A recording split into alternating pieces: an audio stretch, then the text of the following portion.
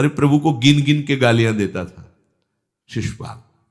ये जब शिशुपाल प्रकट हुआ तो बुआ का ही लड़का था, 4 भुजाएं थी। तो इसके जन्म उत्सव के समय फिर श्री कृष्ण बलराम जी भी गए हुए थे।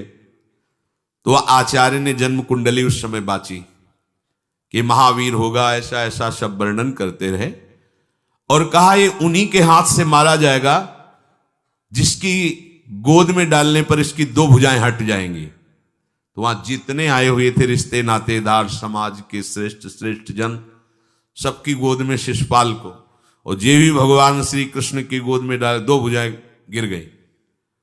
रो करके उनकी बुआ ने कहा कि मैं भिक्षा मांगती हूं कि मेरे बालक की आपके हाथ से हत्या नहीं होनी चाहिए, तो उनका 100 अपराध क्षमा करता हूं। तो उन्होंने सोचा 100 अपराध काहे को करेगा, का 100 अपराध तक मैं इसे बिल्कुल कोई दंड नहीं दूंगा, वचन देता हूं। ये जब से तोतली वाली बोलना शुरू किया तब से भगवान को गालियां देना शुरू किया था। इसका स्वभाव ही ये वैर, पूरा ऐसा वैर, भगवान को गालियां देता।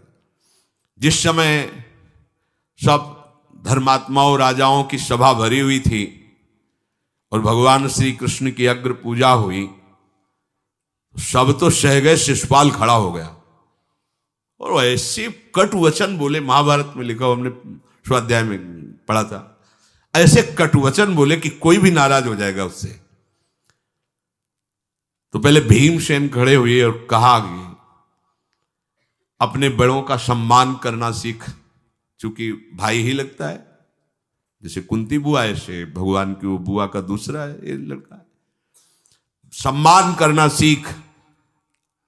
अगर तू ऐसे ही बोलता रहा तो यही मैं तेरा गला काट दूंगा। ऐसे कहा बैठ जा ब्रकोदर, बहुत खाने वाला, तू क्या मेरे से लड़ेगा। भगवान ने भी इशारा कर दिया।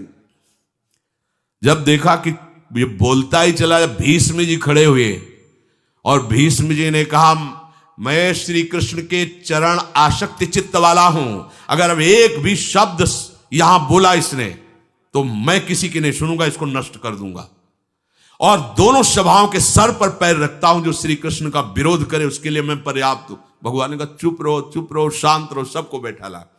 वो गिनती शुरू किए थे, 98, 99 का शिशुपाल सावधान, जो तुम्हारी माता को वचन दिया था बस एक शब्द रह गया है, आगे मुझे दोषी कोई न ठहराए। 100 तक क्षमा करने की बात कही थी। जे ही, वो तो रुकने वाला थोड़ी था, जे ही आगे बोला सुदर्शन जी के द्वारा उसका वो परम उद्धार हुआ जो बड़े बड़े ऋषि मुनियों के लिए बड़ा दुर्लभ पद कहा गया है। गोपीजनों ने सौंदर्य माधुर्य निधि भगवान को अपना कांत माना, प्रीतम माना। एक ही वृत्ति, कितनी गजब की वृत्ति गोपीजनों की है कि सब कार्य करते हुए कृष्णाकार वृत्ति है। बेचने दही जा रहे हैं, बोल रहे कोई कृष्ण ले ले, दामोदर ले ले, माधव ले ले। कैसी वृत्ति है, देखो कैसी उच्च कोटि की अवस्था है। किसी भी भाव से हमारे प्रभु से जुड़ जाए तो इच्छा द्वेष द्वंद्वों से वो मुक्त हो जाए। और जब तक ये ठीक है, ये बेठीक है, इस तरह के द्वंद्व तुम्हारे हृदय में बने रहेंगे, तब तक मूढ़ता रहेगी और उससे पतन होता रहेगा। संसार का संबंध दृढ़ होता है इच्छा से। बहुत सुंदर बात है, संसार का संबंध दृढ़ होता ही है इच्छा से। इच्छा खत्म, संसार का संबंध खत्म। कितनी बढ़िया बात है। पर हम भागे घूम रहे हैं इच्छाओं की पूर्ति के लिए। जब एक बता दिया कि समुद्र है भगवान, जो चाहिए इन्हीं से क्यों नहीं, पर इनसे मिलने के लिए भी तुम्हें शराब छोड़ना पड़ेगा, तुम्हें मांस छोड़ना पड़ेगा, व्यभिचार छोड़ना पड़ेगा, गंदे चिंतन छोड़ने पड़ेंगे। वो राजी नहीं हो तो करो पाप और चाहो सुख। ऐसा कैसे हो सकता है? यही है जीव की परेशानी, यही है। वो ये चाहते हैं कि हे संत महात्मा, हे भगवंत, हमको छूट दो, हम खूब गंदे आचरण करें और आप हमसे सेव संतरा रुपया पैसा ले लो और आप ऐसा आशीर्वाद दो कि हमारी उन्नति होती रहे, दुख न मिले, हमें सुख ही मिलता है। कभी स्वप्न में भी नहीं हो सकता। तब लग कुशल न जीव कहूं, सपने हूं मन विश्राम, जब लग भजत न राम कहूं, शोक धाम तज काम। ये दुखों का खजाना काम अर्थात इच्छा, इसका त्याग करके भगवान की शरण में होकर जब तक नाम जप नहीं करोगे, स्वप्न में भी तुम्हें विश्राम नहीं मिलेगा। और नाम जप एक गंदे आचरण करने वालों के हृदय में नहीं हो सकता। नाम परम पवित्र है। ये तभी होगा जब आपका खान पान सात्विक हो, आपका वातावरण सात्विक हो, आपका बोलना उठना बैठना सब सात्विक हो, तब नाम भगवान कृपा करेंगे आपकी जिह्वा। फिर कौन सी इच्छा रह जाएगी, कौन सी इच्छा रह जाएगी? अरे आप विश्वास कीजिए, ये जितनी इच्छाएं हैं सब स्वाप्निक हैं। जब आप सच्चा विवेक धारण करेंगे तो आपसे पूछा भी जाएगा कि जबरदस्ती केवट से कह रहे ले लो, वो कह रहा आप कछुनाथ न चाहिए मोरे, नहीं चाहिए। प्रहलाद जी कह रहे हैं वरदान मांगो, हमारी आज्ञा का पालन करो, तो कह रहे हाँ आपकी आज्ञा का पालन करता हूं, हे नाथ मुझे यही वरदान दीजिए कि आपसे भी कोई इच्छा न रहे। ये वरदान मांगा कि आपसे भी कोई इच्छा। आप सोचो क्या है ऐसा भागवतिक रस कि जिसको वो मिला तो भगवान से भी कह देते। और भक्त तो बड़े विचित्र विचित्र है, वो भगवान से कहते तुम्हारी इच्छा क्या है प्यारे, बोलो हम पूर्ण करते हैं। तुम्हारी इच्छा क्या है, हमारी तो कोई इच्छा ही नहीं, आप बोलो आपकी इच्छा क्या है, आप क्या चाहते हो, मैं कैसे आपको रिझाऊं। ये जब कामना को लेकर के मनोवृत्ति का प्रवाह संसार की तरफ होता है, तब ये कामना ही हमें राग द्वेष में बांध देती है। जो महापुरुषों ने उपासना करके शास्त्र स्वाध्याय करके अनुभव किया है, उसे ध्यान से सुनो। इच्छाओं से बचने का उपाय, इच्छा ही आपके बंधन का कारण है, इच्छा ही जन्म मरण का कारण है।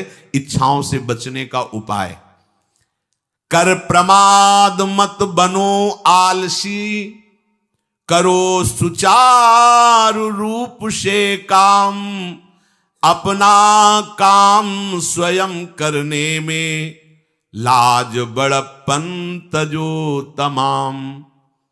पहली बात, शरीरधारी को किसी दूसरे शरीर से अपने शरीर की सेवा तब तक नहीं लेनी चाहिए जब तक बीमार ना हो जाए, असमर्थ ना हो जाए, चाहे गृहस्थ में हो चाहे विरक्त में हो। ध्यान दीजिए, आप चाहे आपकी पत्नी हो, पुत्र हो, परिवार हो, आप उनके सेवक हैं, क्योंकि वो सब प्रभु के जन हैं। इस भावना से रहोगे, कभी नाराज नहीं होगे, कभी गुस्सा नहीं आएगा, कभी झगड़ा नहीं होगा। अगर आप अपने को ये माने कि प्रभु मेरे इस रूप में आए हुए हैं, मुझे अपने कर्तव्य का पालन करना है, तो कहीं झगड़ा नहीं हो सकता। तुम जो कर रहे हो तुम्हारा कर्तव्य, हमारा कर्तव्य है कि हम पति पुत्र परिवार आदि जो भी है, ये हमारे भगवान का स्वरूप है। मैं आप समझो वही भगवत साक्षात्कार, पर ऐसा कौन मानता है? अच्छा, साधु वेश में ये जरूर सावधानी रखनी चाहिए। ध्यान देकर सुनिए, जब तक आपका शरीर स्वस्थ है, आप किसी से किसी भी प्रकार की सेवा स्वीकार न करें। भिक्षान्न के सिवा कोई भी सेवा स्वीकार न करें। अपने शरीर की सेवा तब तक करें जब तक आपका शरीर असमर्थ नहीं हो जाता।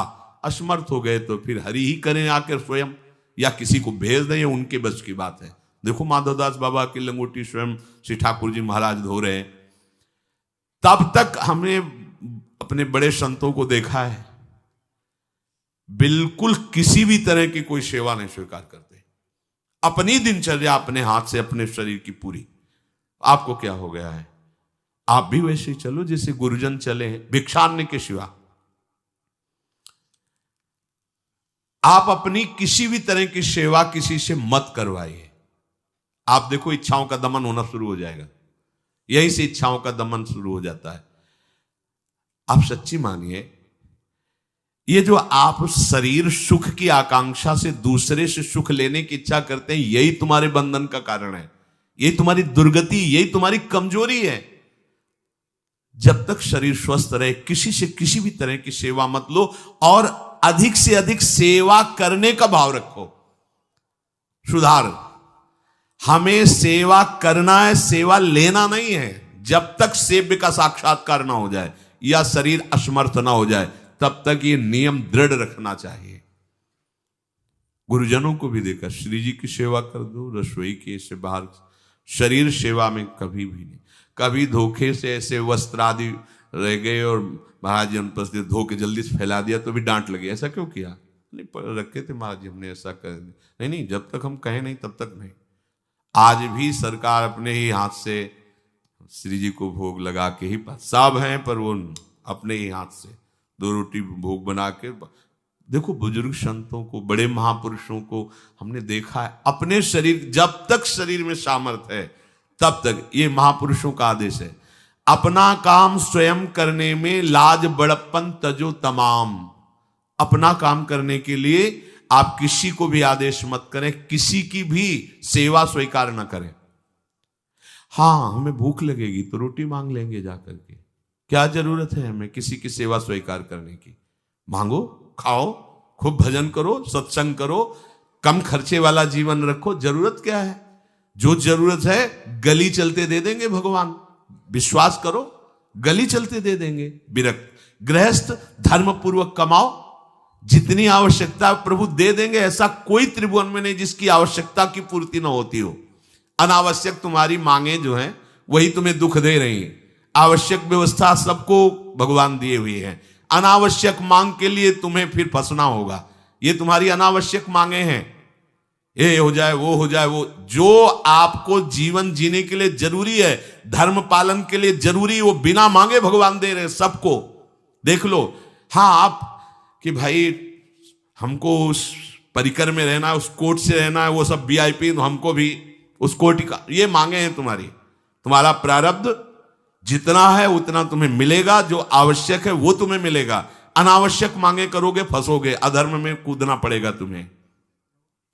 हाथ पैर सब साधन प्रभु ने दिए, दया कर तुम्हें समान, फिर क्यों उनसे काम न लेते, क्यों रखते हो झूठी शान। तुम्हारी सेवा के लिए तुम्हारे पास हाथ है, तुम्हारे चरण है, तुम्हें बुद्धि दी है, दूसरे से क्यों सेवा स्वीकार करते हो? प्रभु ने दया करके उद्धार के लिए तुम्हारे पास पूरी सामग्री दे दी, उसका प्रयोग करो। तन मन दोनों का हित करता, निश्चय शारीरिक श्रम युक्त। देखो ये है, जिसने अपना परम मंगल ठाना है वो शरीर को कभी प्रमाद में नहीं रखता, चाहे गृहस्थ हो चाहे विरक्त हो। ये आलस्य प्रमाद किसी के लिए भी ठीक नहीं है। नियत समय तक सो जाओ, इसके बाद खूब मेहनत करो, चाहे गृहस्थ हो चाहे विरक्त।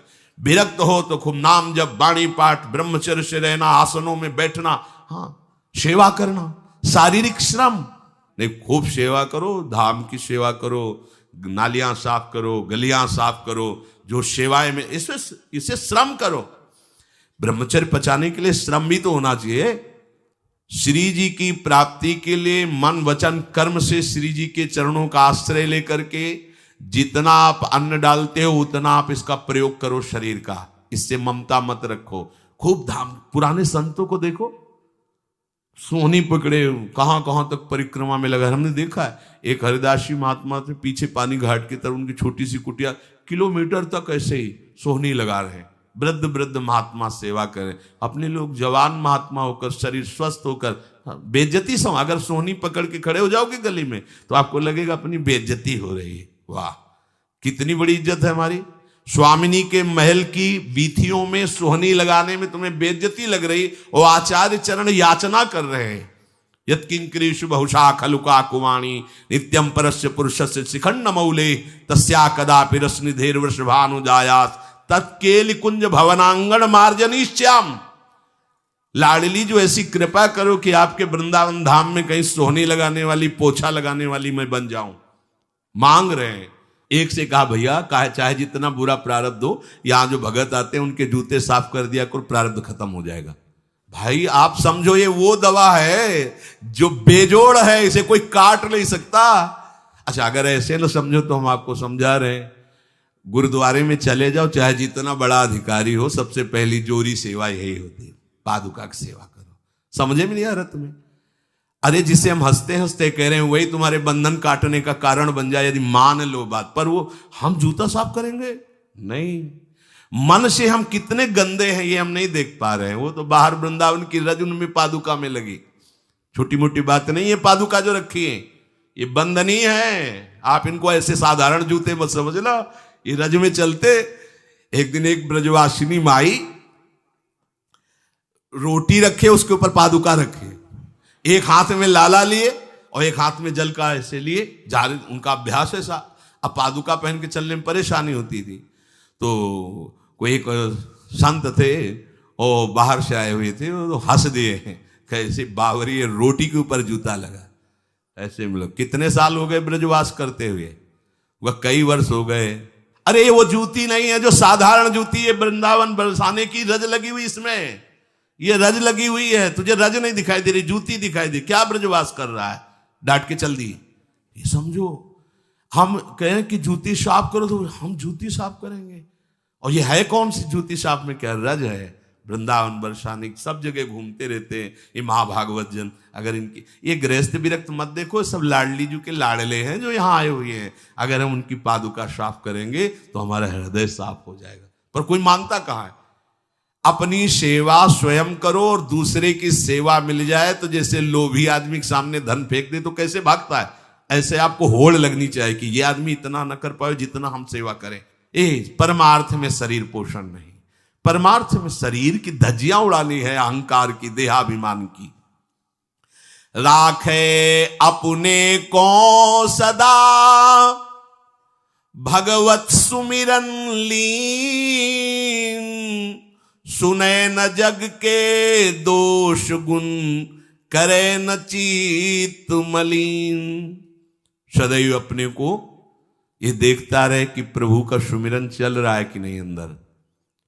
ये बहुत बड़े काहे की परेशानी, हम तो यही समझ नहीं पा रहे कि इतनी झंझटें लेकर कैसे घूम रहे लोग। अगर हृदय में राधा राधा चल रहा है, आप व्यापार कर रहे हो, नौकरी कर रहे हो, गृहस्थ हो, विरक्त हो, जो भी, अब आपको चिंता क्या होनी चाहिए। देखो ना, थोड़े दिन ऐसे चल के देखो, हर कार्य बहुत अच्छा होता है जब भगवत सुमिरन पूर्वक आप एकाग्रता पूर्वक कार्य करेंगे, हर कार्य में आपको आनंद आएगा।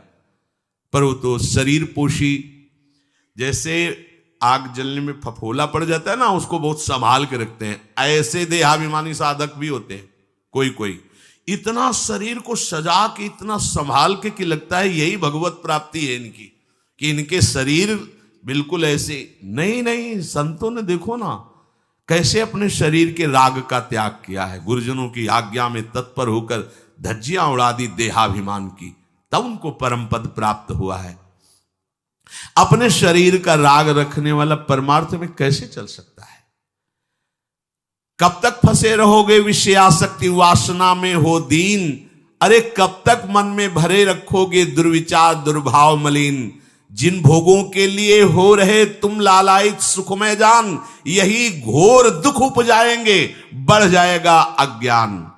इसलिए छोड़ो सब आशा ममता आसक्ति कामना मद अभिमान, एकमात्र शरणागत होकर भजो निरंतर राधे श्याम।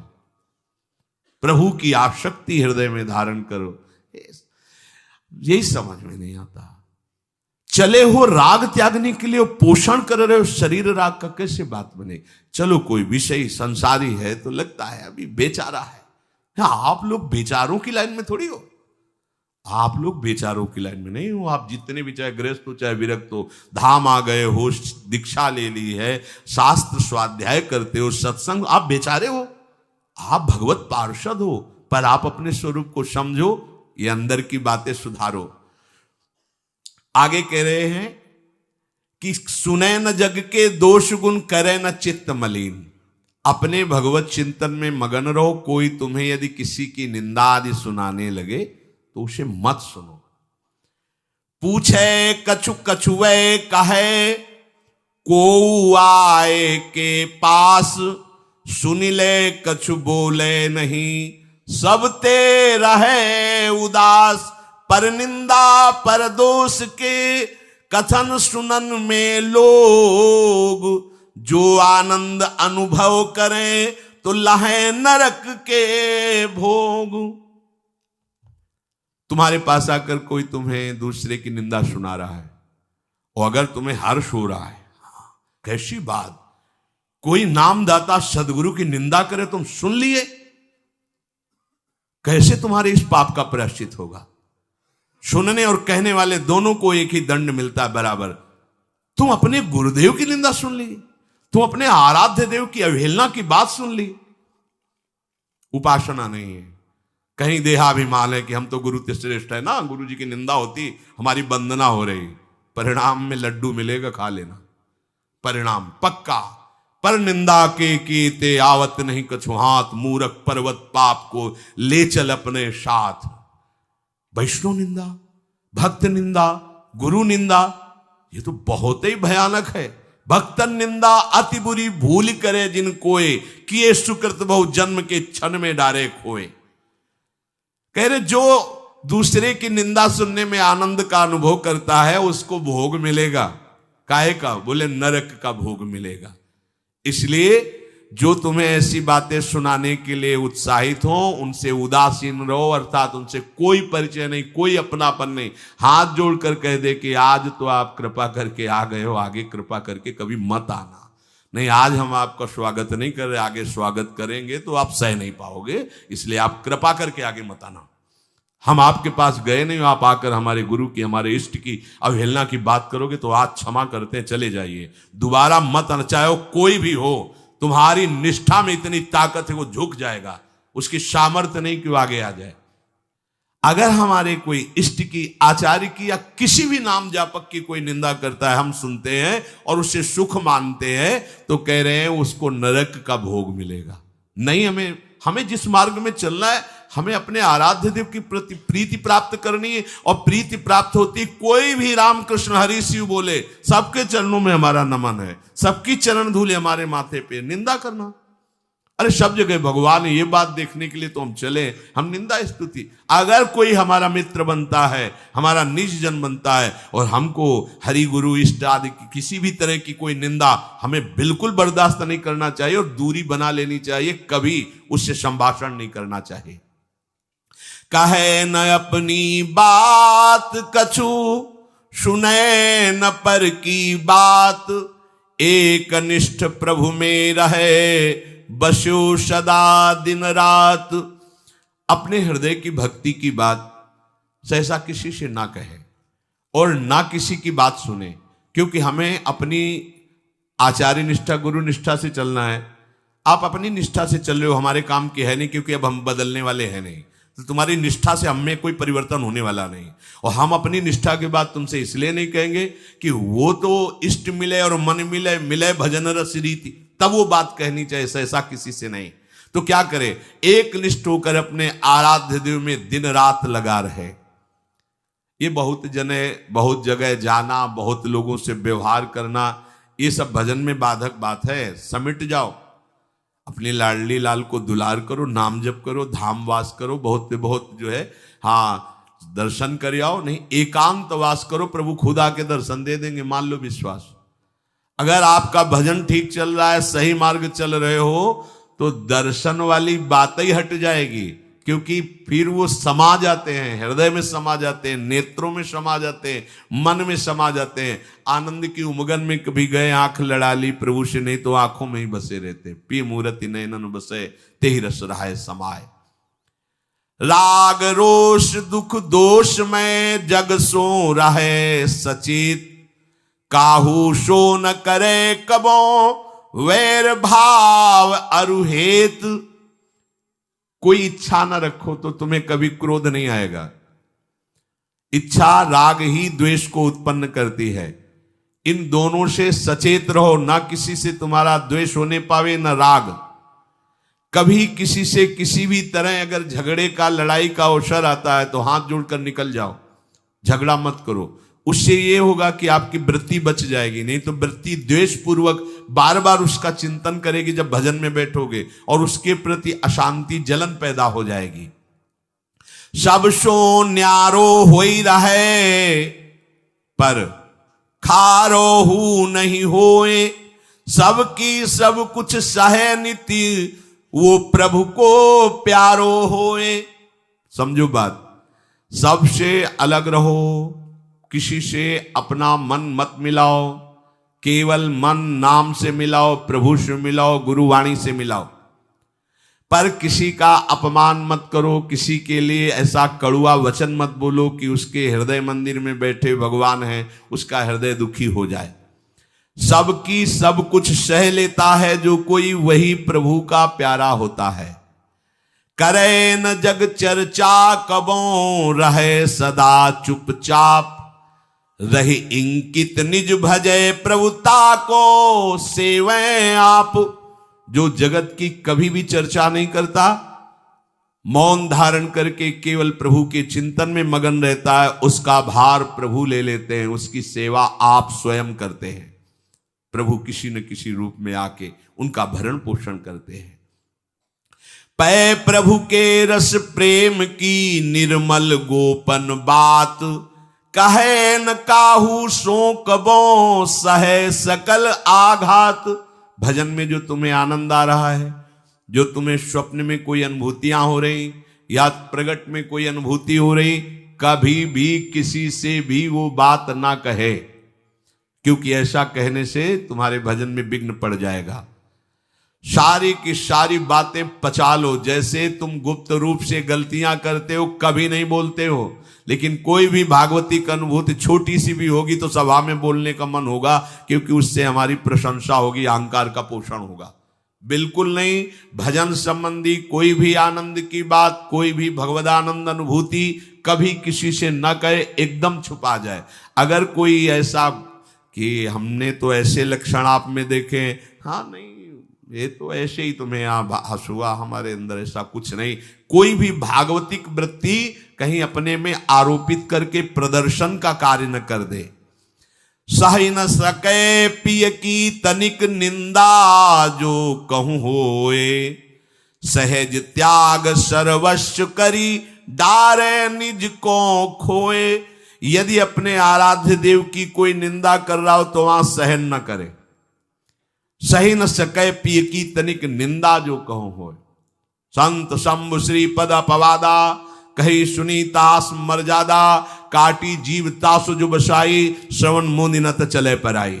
यदि हमारे कोई आराध्य देव गुरुदेव की निंदा कर रहा है, ताकत हो तो उसकी जबान बंद कर दे, नहीं तो कान में अंगुली डाले उठ के चल दे, दोबारा उसका कभी चेहरा न देखे। भरत जी ने माता कैकेयी से कहा कि आपने हमें निमित्त बनाकर 14 वर्ष का वनवास भगवान श्री राम को दिया, इसलिए आज के बाद में कभी तुम्हें मां नहीं कहूंगा, पापिनी कभी तेरा मुख नहीं देखूंगा। भरत जैसे भगवान के अवतार परम पवित्र माता कैकेयी के लिए ऐसे कटु वचन बोले, आज के बाद कभी मां नहीं कहूंगा, है पापिनी तेरा कभी मुख नहीं देखूंगा। ये जो हमारे इष्ट की निंदा कर दे, हमारे गुरुदेव की निंदा कर दे, हम उसे आदर देंगे, हम उसको बात सुनने के लिए बैठा लेंगे। हाँ और बाओ, हमें और गंदा करो। सहज त्याग सर्वस्व करी, डारे निज को खोए। अपने अपनत्व को अपने आराध्य देव में सहज समर्पित कर दे। या जग में जाके हृदय ऐसो प्रेम समाए, हरिता को अति चाव सो रखें सदा अपनाए। इस जग में जिसके हृदय में ऐसी निष्ठा होती है, तो हरि उसे अपना मान करके फिर स्वयं उसका भार लेकर इस संसार में रखते हैं, अर्थात उससे वही कराते हैं जिससे जग मंगल होता है। निर्मल या प्रभु प्रेम की महिमा कही न जाए, अति प्रेमी जो श्याम को हरि ही नित्य बसाए। दुख में संतत सुख लहे, सो आवे यही बाट, नाहित क्यों रचना करे, कपट नरक को ठाठ।